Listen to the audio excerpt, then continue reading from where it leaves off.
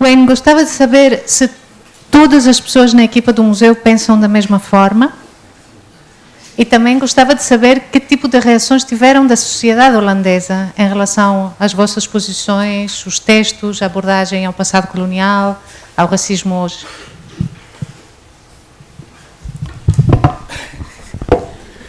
Yeah, I mean, for those of you who work in museums, then you would know that there is no such thing called community, but there is. There is no such thing called society, but there is. There is no such thing called a single museum, but there is. I think that in a way, of course, for example, the work to think through these conversations in the museum also has its dissonances. So there are people internally who question, who are uncertain, who are not sure. Because as I often say, we often take museums to be nice, left-leaning institutions of what we would call, in the Dutch context, the left hobby. So, it's the good dude work.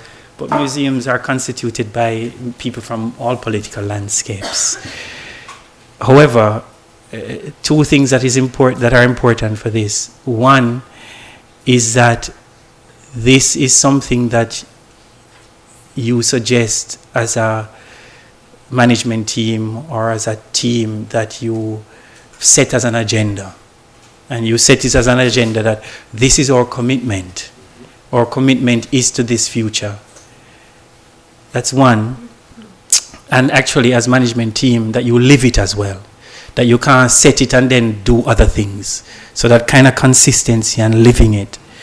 But then you also realize that the journey, that everybody in it will have a different journey. And so it is a work internally as it is externally to go through this process. So for example, with the Words Matter book, we also had conversations internally with people about what were you struggling with? Which word you didn't believe in? Are there words that were missing? And this is before it was published, but after it is published. And that was actually a really lovely and generative conversation, because the words receded to a conversation about what does it mean to be an inclusive museum. So a part of the project, I think, is not to go out there just saying, it's like colonialism and development. Today we're colonial and tomorrow we're development. No. Rather, it is to go in thinking together, how are we going to fashion this together? Knowing that we all have to commit to it, that the commitments are going to be different, but that people can find themselves in it in different ways. A person in the collections department might think very differently about why this is relevant. But a clear and commitment to it is something that, in my opinion right now, having done the work internally and externally, everybody is committed to in different ways. So that's why I say that it is hard work, because it is also hard work internally. How are we seen in the public? To be honest with you, I'm always afraid. It's being recorded, right? Jesus. I must admit that I'm going to say it here. One of the things that I think our research center is based in an idea of what does it mean to be caring and careful. And one of the things that we don't like, we often try and think through very carefully, is what happens when you live stream. Especially when you take somebody from another place who knows the politics there, you bring them here and you throw them into your politics and then live stream them. Sometimes that is not a caring project, because it leads to my afterlives online that might be difficult. But it is different. I would suggest to you that, and this is where I want to be cautious, I'm always concerned. I'm always concerned about how do I commit to this project of justice in the future and bring everybody on board, realizing that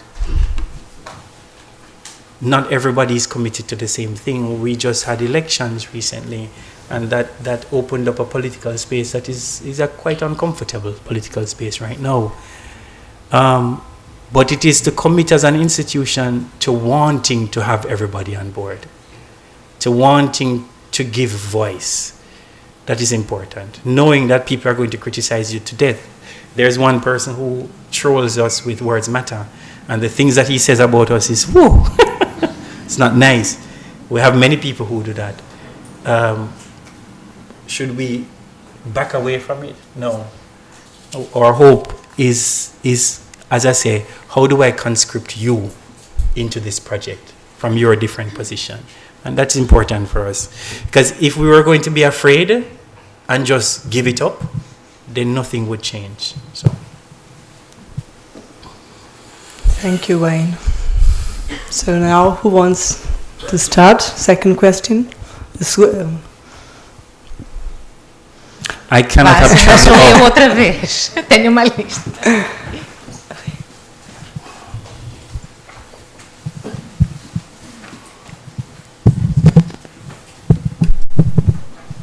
I'm going to try to be brief, though I'm known and I have a coworker next to me that I tend to be very, very chatty.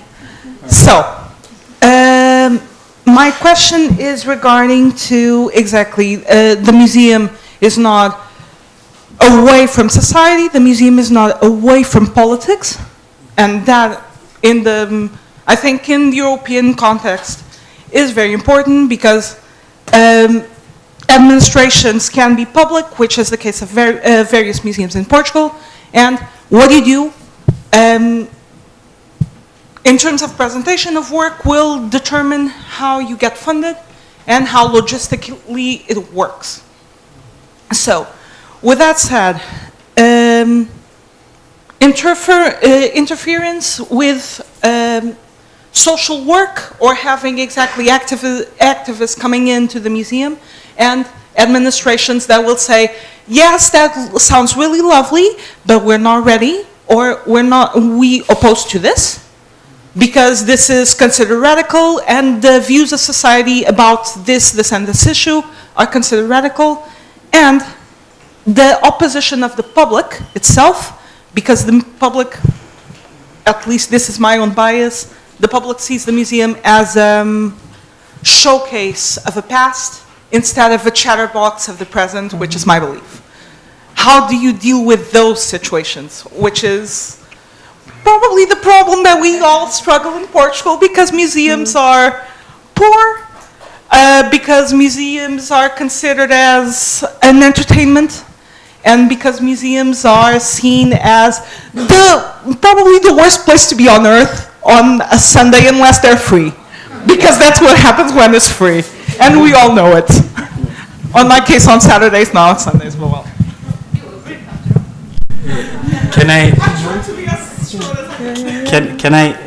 Can I steal that from you? Chatterbox of the present? I'm going to steal. It's not yours? All right, I'm going to want to quote that. You know, of course, that is always at stake. Actually, you know, you open up a good possibility for me here. If you look at our research themes on here, what we suggest is that there is a confluence of many things. No, it's fine. There's a confluence of many things. One cannot think questions of gender justice without thinking of questions of colonialism. It's hard. One can't think questions of climate change without thinking questions of inequality related to colonial whatever. And therefore, our themes are complexly entangled in as much as the precarities that we address today are complexly entangled. So one could suggest that our work is not political only in the sense of challenging exclusionary politics. It is political in a broader sense. How do we just survive as humanity in a future if there is no earth? And what does it mean to be that some people are more precarious than others? Of course, we have been, as museums, we might be in a little bit different situation from you in that, in a way, we are funded by government, but there is a a certain distance through a cultural mechanism that monitors what we're doing, and actually claims that we should do more in certain sense, but does not censor in the same way. However, censorship is also possible, because if you're going to speak about questions of colonialism, that's what the Rijksmuseum struggle with, we struggle with it, then you struggle against a broader population that doesn't want to. You struggle against probably, like in the museums itself, government officials that don't want to. Is it so that they'll stop funding?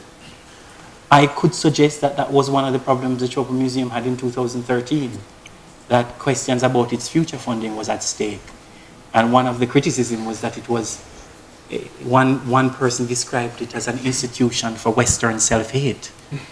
And that doesn't need to be supported. Should that stop us from the work that we're doing? No. I would rather suggest that what it should do is to believe that the work is itself urgent enough to find strategies to make it possible. And, you know, we don't, for example, you know Zwarte Piet, Black Piet?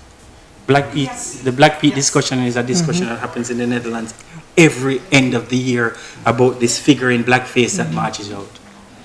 As a museum, if we think that Black Piet is wrong, my interest in the center is not to go out there and say, oh, Black Piet is wrong.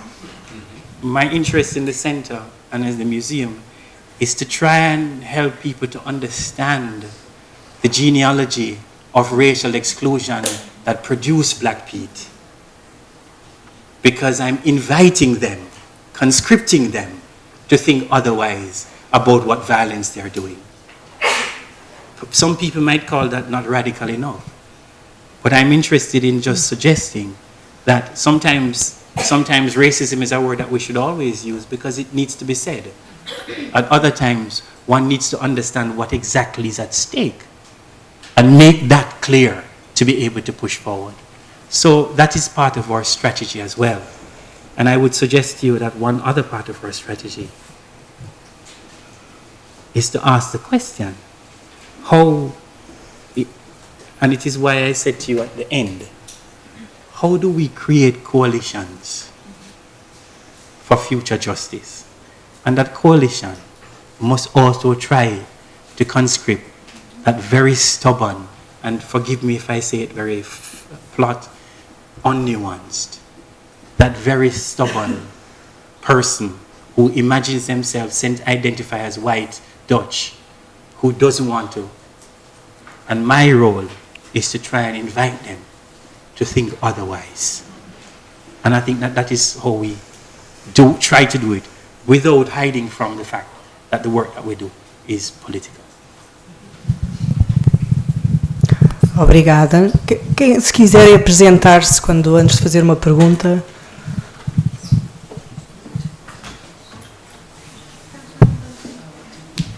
Boa tarde. Eu gostava de saber.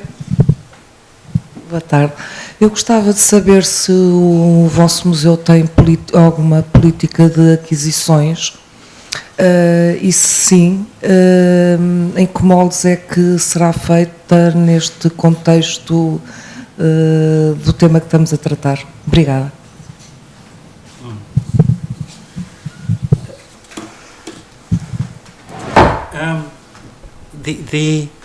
That question could be answered in so many ways.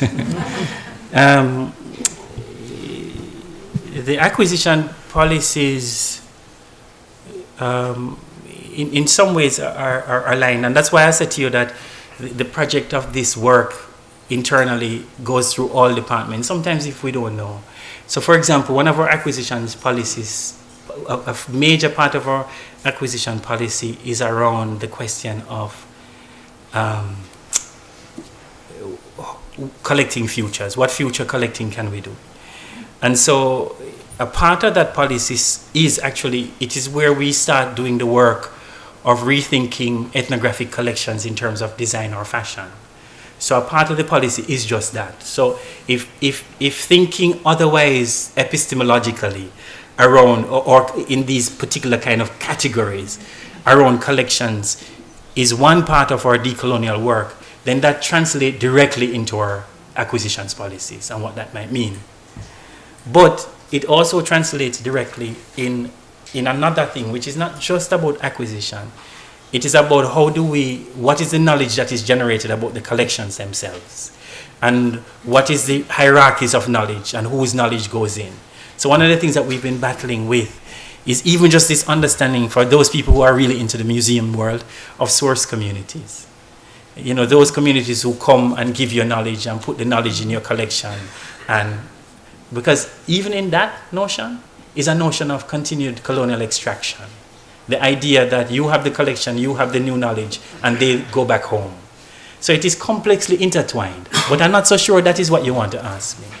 You want to ask me something else around colonial collections, and what do we do with those?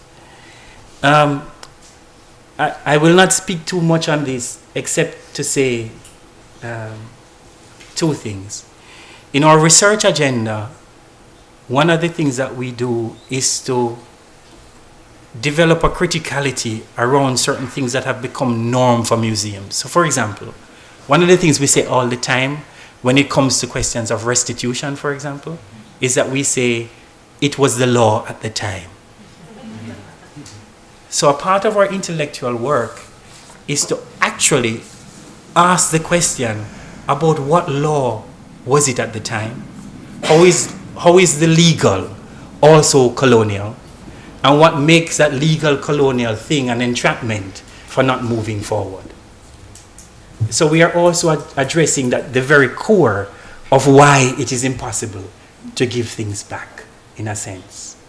Because to simply say it was the law at the time is not to attend to the idea that the very framework, and I'm not supposed to do this here, but I'll do it anyway, the very framework of just thinking about UNESCO, ICOM, and all of those things that govern our practice were developed in Europe as part of an ongoing structure of an episteme of heritage that actually in many ways, by slippage, sometimes serve us here.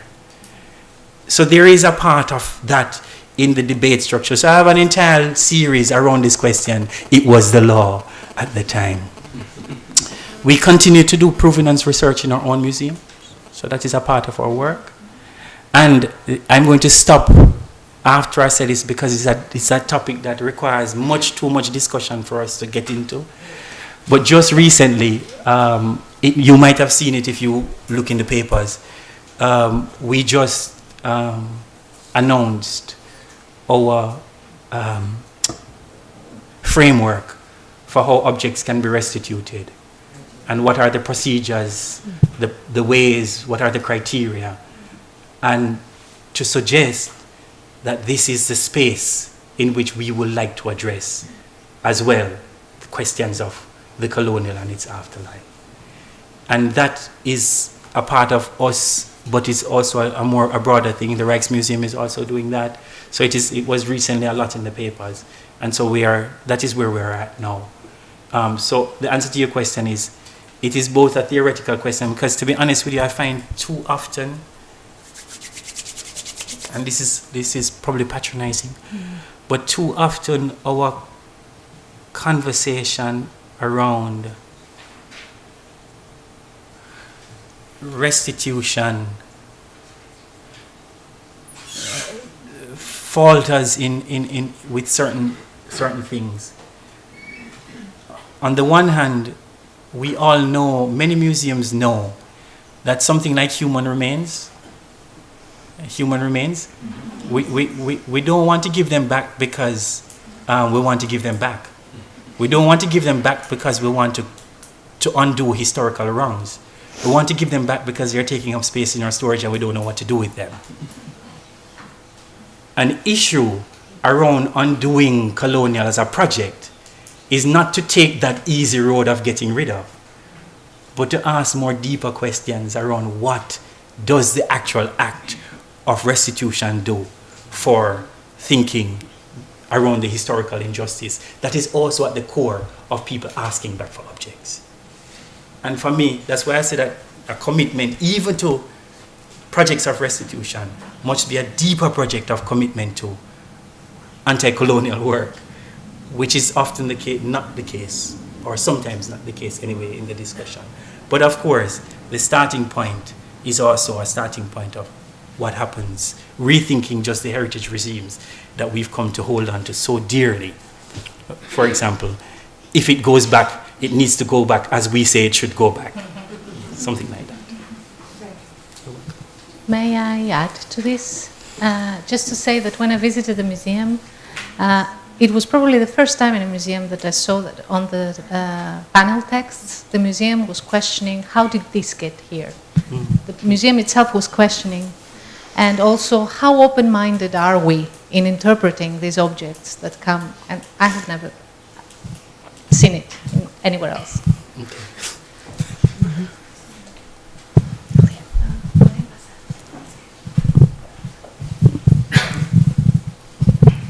Boa tarde, Wayne. O meu nome é Lorena.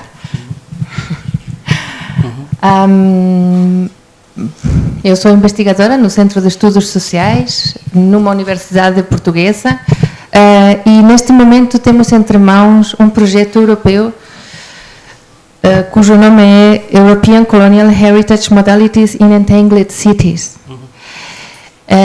E estamos a trabalhar com cidades entrelaçadas pela história colonial e dentro das cidades com museus, com expressões culturais, com ativismo de rua e por aí fora. A minha missão e a minha paixão é trabalhar com museus, e neste caso são museus nacionais, o que é um grande desafio. E nomeadamente as cidades com as que estamos a trabalhar desde Portugal são Lisboa e Rio de Janeiro, tem a ver com a história colonial. E dentro destas cidades temos dois parceiros que são o Museu Histórico Nacional no Rio de Janeiro e o Museu Nacional de Etnologia. E propusemos-nos trabalhar a partir de 4 conceitos, Wayne, que são conceitos que são os conceitos-chave do projeto. Decidimos que o mais útil era trabalhar com os conceitos de reemergência, vou dizer em inglês, é mais fácil, reemerging, removing, remeaning, reframe. Porque achamos que, tanto nos museus como na rua, esta temática de colonizar o nosso dia a dia, as nossas culturas, a nossa maneira de estar na vida e, sobretudo, os nossos museus, passa, entre outras coisas, por perceber como é que estes 4 gestos, estas 4 ações estão a acontecer. E então, neste contexto, e entre estes 2 museus, pronto, os projetos europeus são mundos imensos, não é? Eu estou a falar só aqui de uma pequena experiência entre 2 museus nacionais que se propuseram olhar para dentro e perceber de que maneira estão a acontecer nos seus serviços educativos estes 4 movimentos, estas 4 ações. E sem dúvida concordo contigo, o próprio desafio de decolonizar é mesmo, chega a ser palavra não grata para muitos museus, portanto nós tivemos mesmo que pensar a quem é que fazíamos a proposta de associar-se ao projeto porque é preciso ter uma certa receptividade e uma certa abertura mental para perceber que há muito trabalho por fazer, que não é um trabalho fácil, como disseste, e que de fato é um trabalho que não tem fim, não é? Há muito por fazer, e cada vez que abrimos uma pequena porta, essa porta dá muitas janelas onde ainda é preciso olhar em todas as direções e perceber quantas pessoas há do outro lado da janela a olhar para nós à espera de que aconteçam coisas que é urgente que aconteçam através dos museus e de outras instituições culturais. Pronto, isto só para dizer que de facto a questão do vosso projeto das palavras, words matter, faz todo sentido na nossa opinião, e até temos a ideia também de fazer uma coisa parecida, que já está a acontecer, e que é uma espécie de pequeno glossário de conceitos e de práticas decoloniais que estamos a observar que já vão acontecendo nestes dois museus. Coisas tão simples como trocar a influência africana pela presença africana. Ou seja, falar ressignificando os conceitos e utilizando as expressões que realmente as pessoas que são proprietárias dessas coleções e autoras dessas coleções nos dizem que são os conceitos que acham justo que sejam utilizados quando se fala desses objetos nos museus. Bom, a nossa experiência é humilde, ainda está a ganhar forma, temos mais ou menos 10 ou 15 conceitos que estão surgindo do trabalho no cotidiano, dentro dos museus, com a sociedade. Mas eu gostava muito que, se concordas, nos desses, falasses um bocado mais sobre o que têm sido as boas práticas, aquilo que vocês aprenderam ao fazer no processo no caminho que já percorreram, nesse Words Matter, ferramentas úteis, critérios que vocês vieram confirmar que de fato fazem sentido. Nós nos perguntamos, por exemplo, neste glossário, que critério será o mais adequado para organizar os termos que vão surgindo no nosso trabalho. Pronto, coisas tão simples como essas. Obrigada. Can I just ask you the 4 Other words. rewording? Re-emerging. Re-emerging, all right. Removing. Remeaning. Reframing. Okay. Yeah.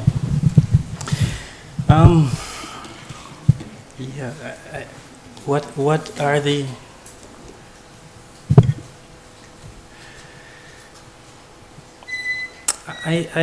for the Words project, for us, the simple things, one of the things that we realized in the beginning with this project was actually that the words was not, the project itself was not what was important. So we had to commit to the idea that, these could be 56 other words. Actually, what was much more important is starting the discussion. Is actually just to get in there and starting that fight work of having the discussion. Because funnily enough, there are many people who ask for the book when it happened and they'd like it, and we had the idea that they'll just work with it like this and you put it on your desk and whatever. And then there was a point when I asked somebody, "Oh, have you read it yet?" And they hadn't opened it. And I felt so disheartened because I thought, yay, okay, all of this work. But once you sat down with it, and we organize these workshops, and I say to them, write a word, they throw it on the ground, and somebody else picks up that word, and we just have the conversation. Then the discussion moves totally away from the word to what is at stake in this. So the word project becomes the starting point for reimaginations, for actually a kind of reparative work or whatever. So it becomes just a starting point for consciousness raising. So that was one thing that I would say.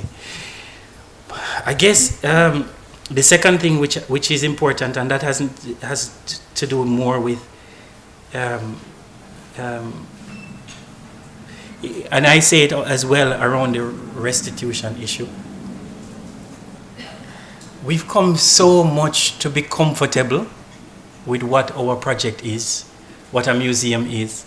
I mean, I'm almost sure that almost everybody in this audience who works in a museum can quote ICOM definition. And we can also quote the ethical codes. The question is to what extent we've come to criticize them. And so one of the things that I invite Words Matter does for me, or anything that we do, is not to take these debates as only about their anxieties, but to actually feel that you're contributing to a reorganization of heritage as an understanding. That just simply, yeah, and as I say, the camera always does this to me, I get shy. But just simply to get in conversation around the possibility of, the serious possibility of giving back objects is getting into a conversation about the redistribution of heritage resources in the world and a reordering of thinking around the very possibility of what heritage governance could mean. It brings ICOM into question. But your project does the same thing. And the reason for that is, I don't know how you do it, but it demands of you, I imagine, to understand what it means to work at the nexus of former colonizer-colonized relation. And every word that you bring up is not about words. It is actually talking through that nexus of power that one needs to reshape, which I don't know about you, is a very frightening thing. It can be uncomfortable. And that is one of the things that every time I sit down, and as I say, I know part of this is to have people read it straight through, right? With us and criticize it before it goes out. And every single moment of that process is that you want to wet your pants because you're nervous about what is going to happen, but you also know that you're trying to just shift the narrative about what it means to work in a museum today. As I say, if Bourdieu would have produced those two nice books, Distinctions and the one after, around the question of the cultural institution, then perhaps, and this is something that I steal from Nick Thomas as well, perhaps we need to ask again the question, what might Bourdieu's work look like today in the specific urban landscape that we occupy today, when class relations cannot be so easily unhinged from questions of race, gender, sexuality, so forth, so forth. Thank you. There. Here's a man. A man, yes. No, yeah. É ali. Como é que se chama? Luís. Ali o Luís. Português ou Engels? Ok. Já chegou lá o microfone? Está quase. Or English is always, which you prefer is easier for you? I'll go with English. Oh, good, good. So, congratulations on your work. And when you spoke about the complexity of your work, having lived in Holland for 2.5 years and not speaking Dutch, and having personal experiences, which I would like to share here, just to illustrate how complex your work is. From my own personal insights, I found that the Dutch pride themselves very much on being a tolerant society, I'd say, and inclusive up to the point, as long as you abide to their value system. Mm-hmm. This is, for example, like, you can be anything you want to be, but you have to have dinner at 6:30 in their house. That's my personal experience. And then, so with regards to the issue of language and the value system and the way it's ingrained, I remember once talking to a Dutch colleague and saying that I had traveled around the Middle East, Yeah. and that, I was reflecting, and I said, when you travel around the Middle East, you have to be careful not to take your own value system and expect it to be theirs, And then she turned around to me and she said, "Oh, and you're dark, just like them." So, and my immediate reaction was, that's racist, because having lived in the UK, I thought, I would never hear something like that. But then I started to look, at other things that I thought were racist in their society, like the Juden cookie, like the Jewish cookies, and they easily kind of brand things into kind of these categories. But my colleague said immediately, "Oh, I'm not racist, it's..." And then I started to think, their kind of linguistic, their value system and the linguistic structure, they also value their directness, you know. And I was starting to think, up to what point is it racist or not, given that the comment that I'm interpreting as racist is a construct of, is a result of their linguistic construct. Mm-hmm. You know, if the intentionality is, I'm hurt by her comment, mm-hmm. but there's not a conscious intentionality there, you know, and that's just to illustrate how complex the work you're doing is. I should say the answer to, there is a question here, I can't remember. No, at the back about the question about the museum. A part of it is actually our, yes, you. A part of, it actually ties to your question, that's why I was saying. A part of it actually is that one of the things that we think our role is also to add complexity to the conversations that are happening out there. And in a kind of that's why I say I believe in a more historical, contingent ways of understanding the present. You know, how are these things connected? You are right that there are certain ways. I mean, with theoretically trying to understand the Netherlands, there are certain conceptual arguments that come out. There is this notion of tolerance, a tolerant society, open-mindedness, the allowance of others. That those notions have been critiqued as well, right? Because tolerance as a conceptual argument is already a patronizing argument. I tolerate you if you do what I say. So tolerance itself is something that is problematic. That I think what's her name, Brown, the political philosopher, also writes nicely about that. But I want to tackle something else, because the difficulty that we have is that and perhaps this has also to do with us being here in Europe. I mean, it happens more everywhere, but the history of the Holocaust, the Second World War, does this to us as well. I will say to you, if you say to me, Wayne, that is sexist, I will say, okay, I'm sorry, it wasn't my intention to be sexist, but I'm sorry.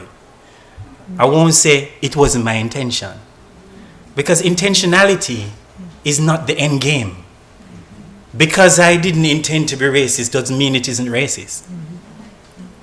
We always think that intentionality is what is at stake. What is at stake is first to say, okay, that was racist, you didn't intend, then we have a conversation, you didn't intend it, how do we not do it again? But then the second part is to think that being racist is something that is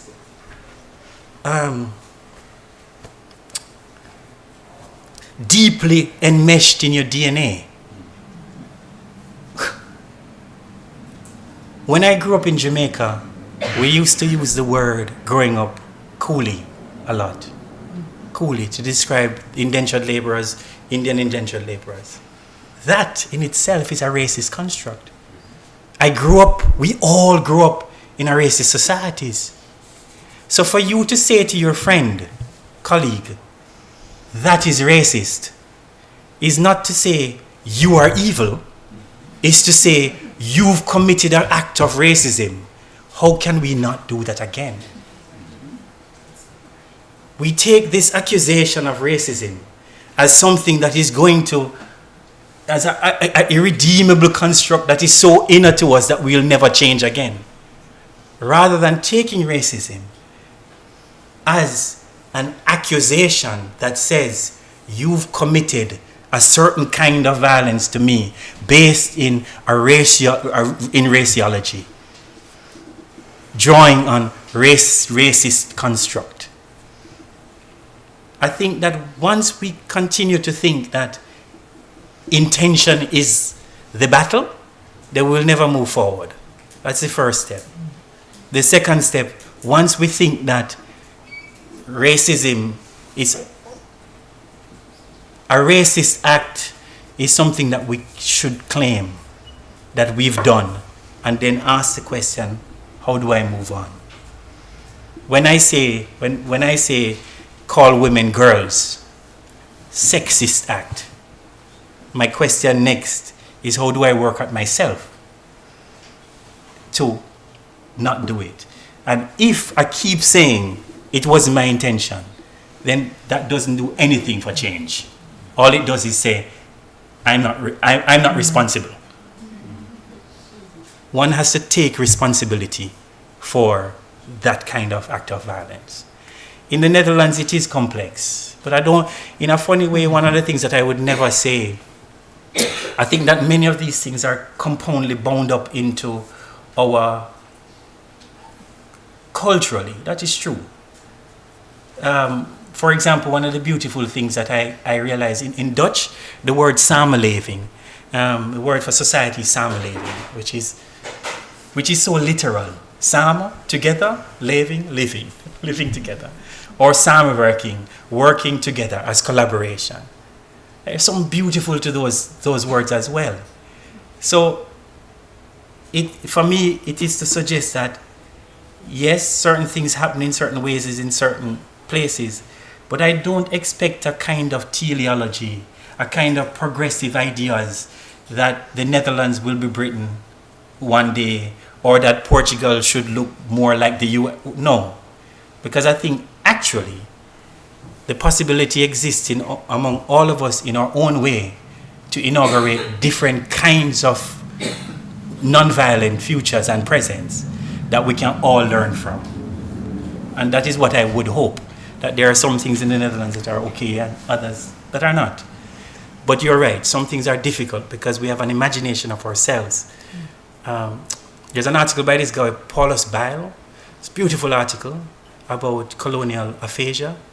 And what he says in that article, and I've worked on that in my article on photography, what he said in the article is not that colonialism, we don't talk about colonialism, or colonialism is visible or remembered in the Netherlands.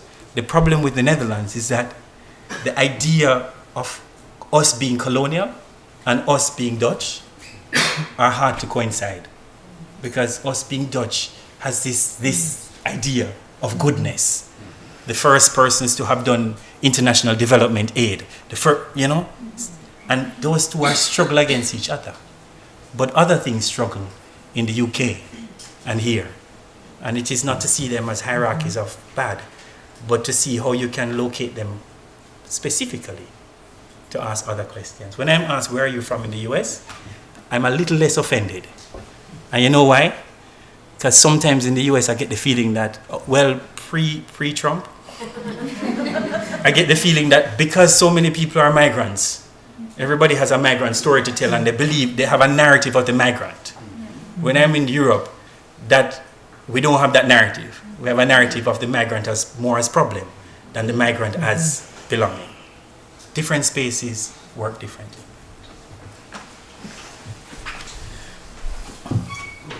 Yeah? Yeah. Hello, my name is Nuno. Thank you. I would like to ask you your thoughts about how these post-colonial theories and decolonizing processes can be instrumentalized to perpetuate a colonial narrative. How decolonizing process can be used to avoid further challenges of, for example, reparation, starting with symbolic reparation, restitutions, as you already mentioned, but also eventually economical and financial reparations for the colonial past. Sometimes I see decolonizing process and post-colonial theories as a kind of a rebranding of etymologies of words that we use in the public discussion. Just two brief examples to exemplify what I'm talking. For example, like the mayor of Lisbon, proposed like a Discoveries Museum, and then they changed the name to make it softer, to probably to avoid a further discussion on the topic. So now it's the Voyage Museum. Or you were mentioning about being the goodness of the Dutch people, but almost every single person in Portugal outside academia, but I was surprised to see many people from the academy defending the idea that Portugal was the good one because we were the first ones to abolish slavery, which is so untrue. We just abolished one route of the trafficking, transatlantic trafficking, not the system itself and not the traffic. So how these myths perpetuate these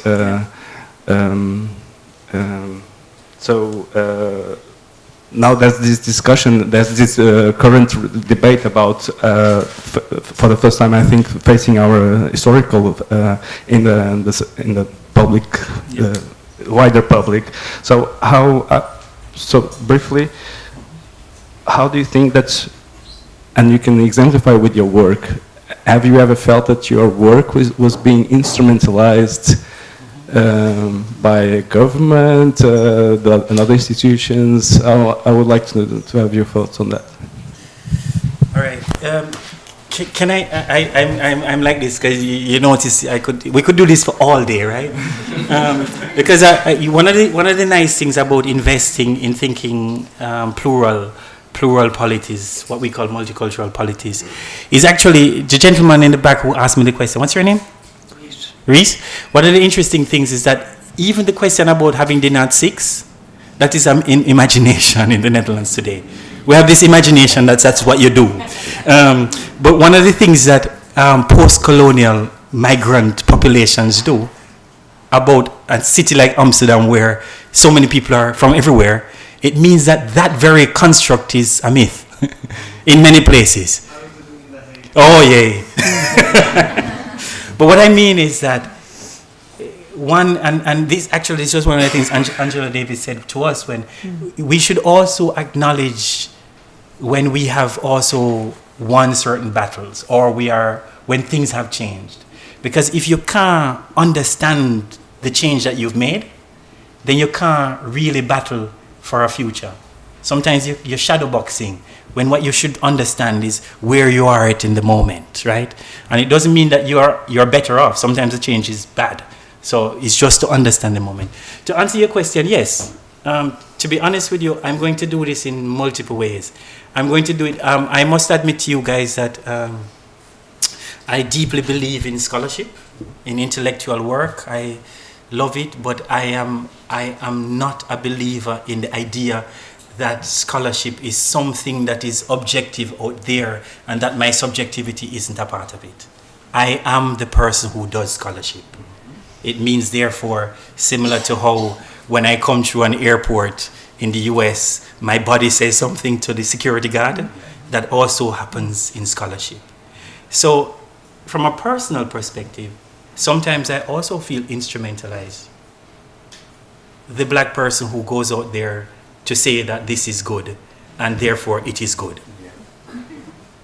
Sometimes I struggle with that as well. I struggle with that with activism. When what is my care for an activist who I bring in so that we can use their names to say the activist who comes in and they found it okay, so it's fine. So I struggle with that from a personal level. But you're right. I think it's what I was getting at in the beginning. You know, decolonization in the Netherlands at least has replaced diversity as a conceptual argument because people felt that diversity is useless and it didn't work. And now decolonization is the new horizon. And I would like to suggest to you that while I commit to the decolonization project, I think that it is bound to fail if what we do is that decolonization is just a label that we mobilize as a part of governmental apparatuses to look good, rather than as a deeply political act to do work. And that's my reason for, I don't necessarily think we should get rid of diversity. Nor do I think that we should hold on to it. What I suggest is that if we replace it with decolonization or inclusion or whatever, but we're not committed to the political project of equality, then nothing will change. It is just another label that we rebrand and rebrand and rebrand. And that is what is at stake. So yes, we can use Glisson as much as we want, or Stuart Hall as much as we want. We can use all, and actually this is one of the very difficult things, and where I am also always struggling and uncomfortable, to use queer feminist theory in our work sounds nice. So for me, even to use mobilized notions of care that comes from queer and feminist theory, it sounds good. But what work is to be done? And I give you an example. The example from many institutions, and Rastafari has a lovely song, I should play it for you, where a Rastaman says, the government in Jamaica keeps putting their faces on tourist advertisement, but they still have policies that are negative to Rastafari. And it is the same thing. What we do very often is that once we start the decolonial work, immediately we want to celebrate. So we hire one person who is a person of color, and then immediately we put their face on the poster, and we say immediately, and then you say we're doing diversity work immediately. And what we don't ask the question is what kinds of microaggression happens internally to the museum which will cause the person not to stay. There are many people, many organizations who try hard to get diverse people to come.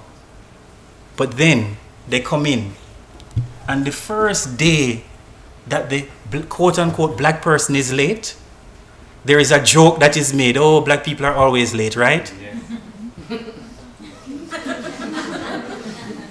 Yes, there is a symbolic politics that attends to some of this work that is sometimes frightening and problematic.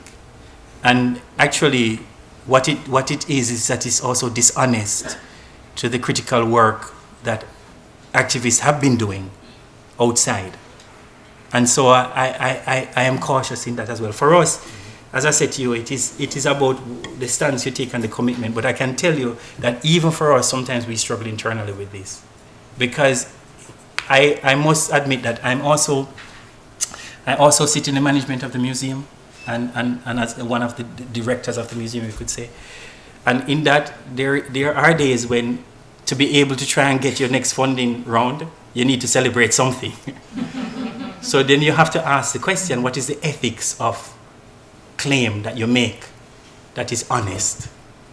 And I'm not so sure that sometimes people are not honest ethical in their claims for decolonial work. Your last point is, I mean, one of the things that we did in that exhibition around slavery is that we decided not to do the numbers game. The numbers game in slavery representation is to say, in Britain, they transported 12 million. In England, enslaved people. The UK, England transported 7 million. And then the next thing you say, but we, and then you have this big word, only did this amount. Now, we decided that that is not a project we're invested in, primarily because it was smaller in numbers don't mean it wasn't evil. So it doesn't mean you're more good because you couldn't have more ships or whatever. So for us, the question then was not in the hierarchy of good, but rather to ask a more critical question about what exactly is this system that we were a part of, and what might it mean that this system have afterlives in the present. Whether 700,000 or not, racism is still a part of our society today. So let us attend to that rather than comparing how good or evil they were or we are. Thank you, Wayne. And now, there, at the back. Havia uma...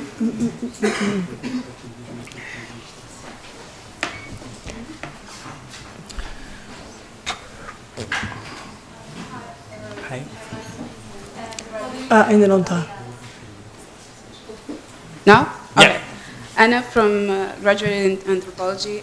My question is, the museum as an institution seems to be very much between, and I know it's complicated to even, but it's in a continuity of slavery, colonialism, contemporary art, and I don't know even what contemporary art really means, but we are in this. And you've talked about a lot of the importance of having visitors who don't look like the common visitor.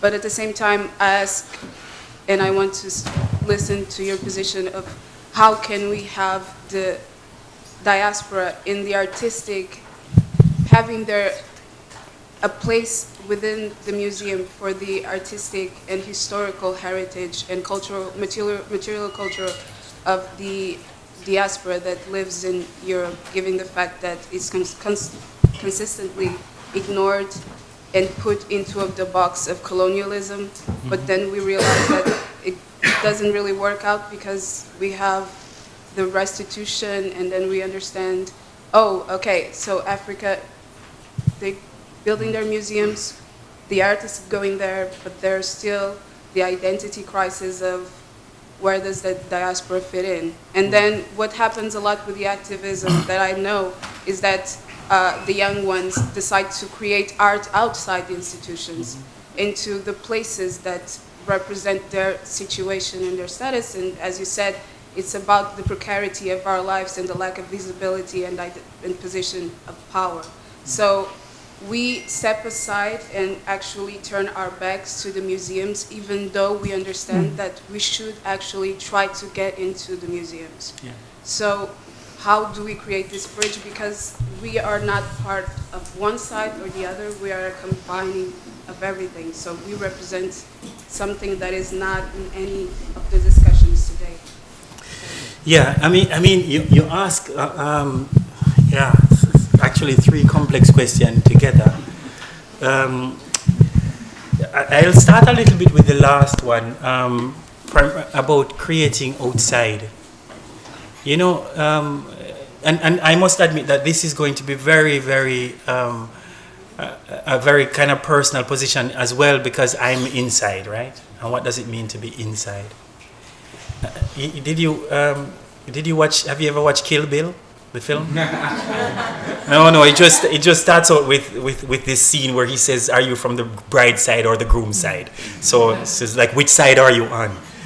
And I always struggle with that. But I mean, the thing is that I'm always struggling with these conversations we have around diversity or inclusion, even in relationship to art practice, right? The question of whether or not this artist is of Surinamese descent or of whomever, or this artist is a person of color. And within the context of the Netherlands, I struggle especially because while I am okay with the radical practices that emerge outside of institutions, and I think that they are good, and they're actually very good to push institutions to change. So for example, a new archives that was established in the Netherlands called the Black Archives, once it agendaed certain things, then the museum starts to try and catch on to that. Or, I mean, it's actually Dipesh Chakrabarti speaks about what minority histories do as well. But in a way, the difficulty I have is that I'm not really so interested in whether or not an artist is self-identified as of this descent or a person of color. I'm not so interested in that.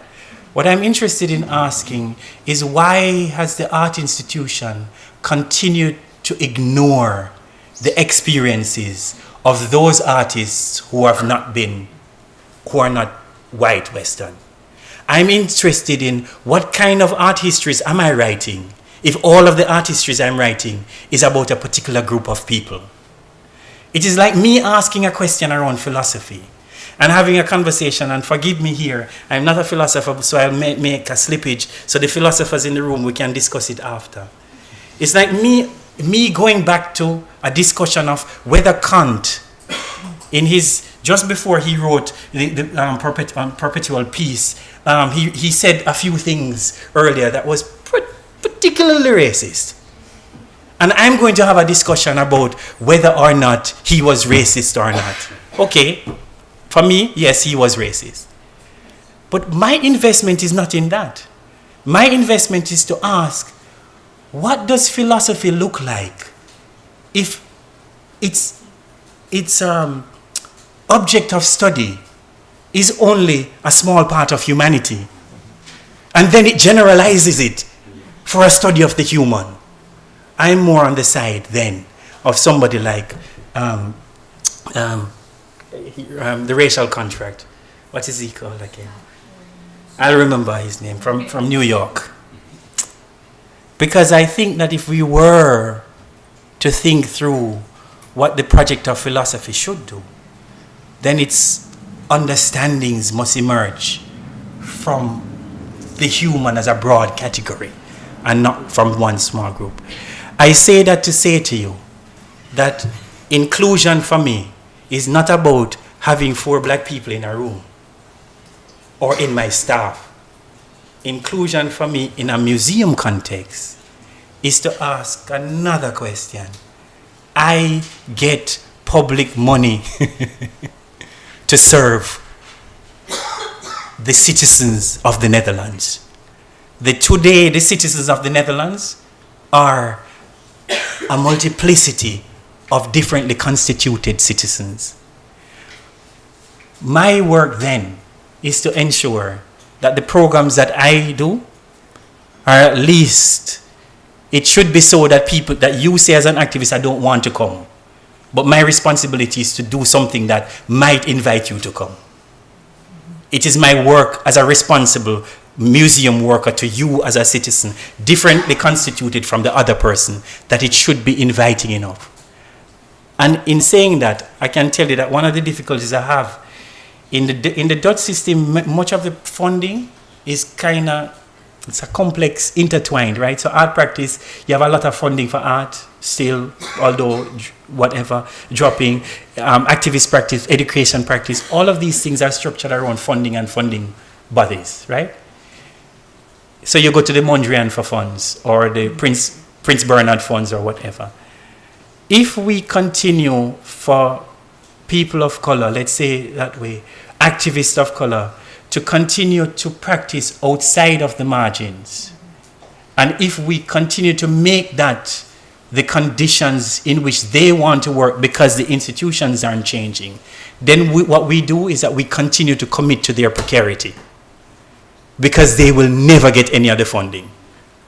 And I don't believe in that. And I'm not saying that you should take the funding. What I'm saying is that the funding is there for all of us, and therefore it is also your right to it. I struggle with this idea that we should create systems that maintain themselves so that precarity extends for those who we've made precarious in the past. I find that deeply problematic. Your last little question around the museum, colonialism, and the diaspora. That's a difficult one, because, you know, for me, I'm not so interested. I'm interested in it, but I don't know what the horizons are for restitution. I am not one to believe that when restitution starts happening, then the museums are all going to be empty. I don't believe in that. That's a kind of anxiety which stops me from doing work. No, if I believe in restitution as a possibility, then I should commit to, okay, let's see, and work it through. The work, and I also believe, as I said to you, a reorganization of heritage goods, which means that a few Picassos need to go to Africa as well. I'm okay with that as well. Yeah, it's all right. We can see universal art anywhere in the world. That's my belief. But there is the other side to it is, it is not that our museum should be trapped in an eternal cycle of the colonial.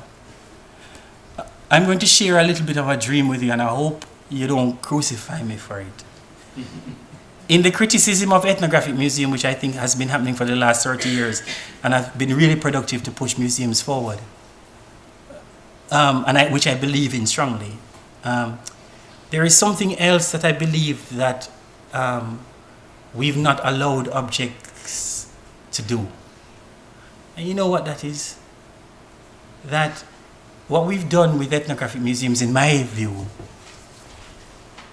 is that we've too often, or this has been a part of the criticism anyway, we've too often tried to mediate them through our frames of this is what it is that these things do.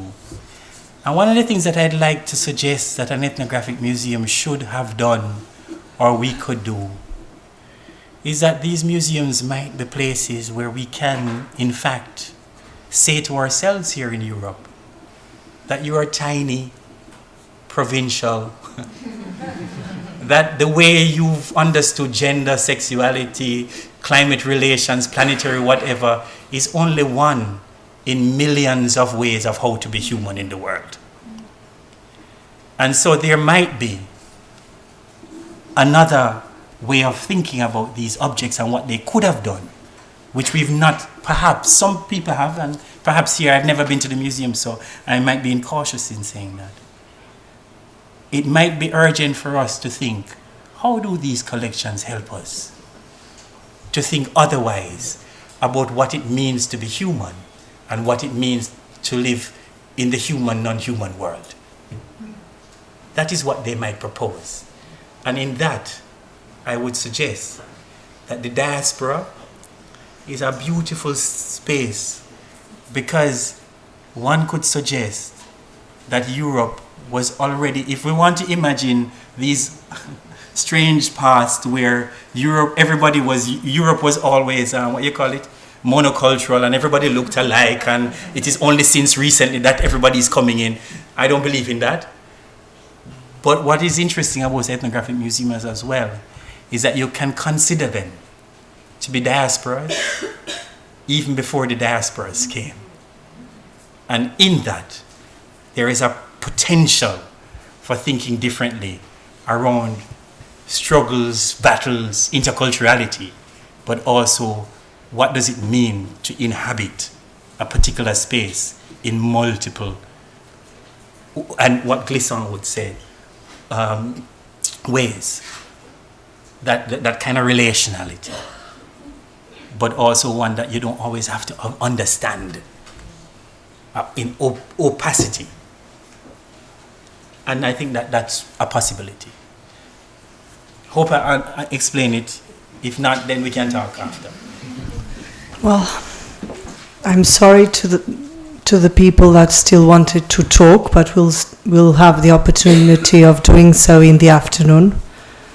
But it's already past 1 o'clock, so we'll have lunch now until 2:30, and then come back here, and we can still keep on this conversation on. Thank you very much. Thank you, Wade.